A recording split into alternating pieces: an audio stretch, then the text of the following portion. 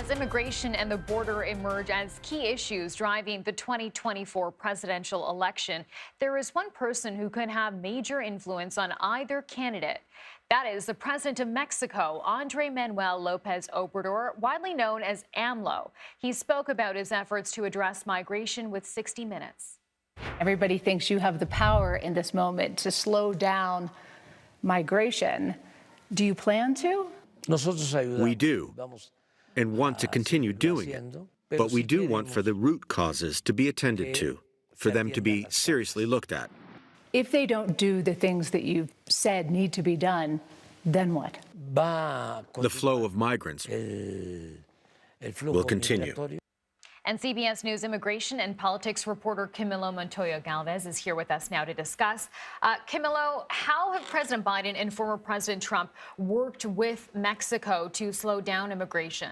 Good morning, Chanel. The U.S. under Republican and Democratic administrations has increasingly relied on the Mexican government to stem migration to the U.S.-Mexico border. This happened under the Trump administration, which had to require Mexico to accept some migrants into its territory while they awaited their asylum hearings. This was the so-called Remain in Mexico policy. That only happened after the Trump administration threatened to impose tariffs on Mexican goods coming into the U.S.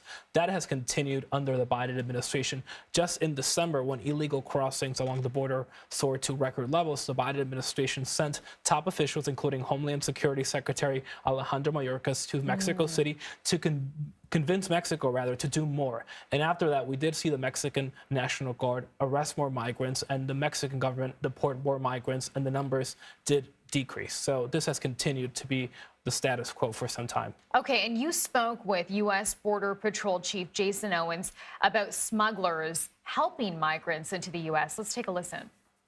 Are the smugglers setting the rules of engagement here? Yes, they absolutely are. They dictate what the flow is going to look like, and we respond to it. Now, we try and get out in front of it and deny them the ability to use these areas, especially ones that we think are going to be dangerous for us and for the migrants.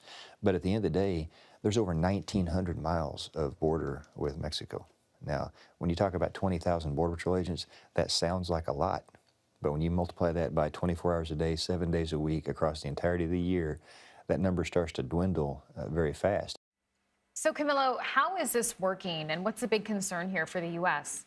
Well, what the Border Patrol chief is describing is a dynamic in which smugglers and cartels abandon migrants in really remote stretches of the border to focus agency resources on those missions, the humanitarian mission, while they are smuggling more people and more illicit drugs in other parts of the country. And that is having a national security implication, he's saying, because now, while most migrants are turning themselves in to begin the asylum process, they're actively looking for federal agents. Some are now trying to evade law enforcement and essentially sneak into the country. The Border Patrol chief is scared that these migrants could be criminal actors or they could be potential national security risks. And he said that just in the past 5 months, 140,000 migrants have evaded law enforcement and have not been apprehended. Okay, Camilo, thank you.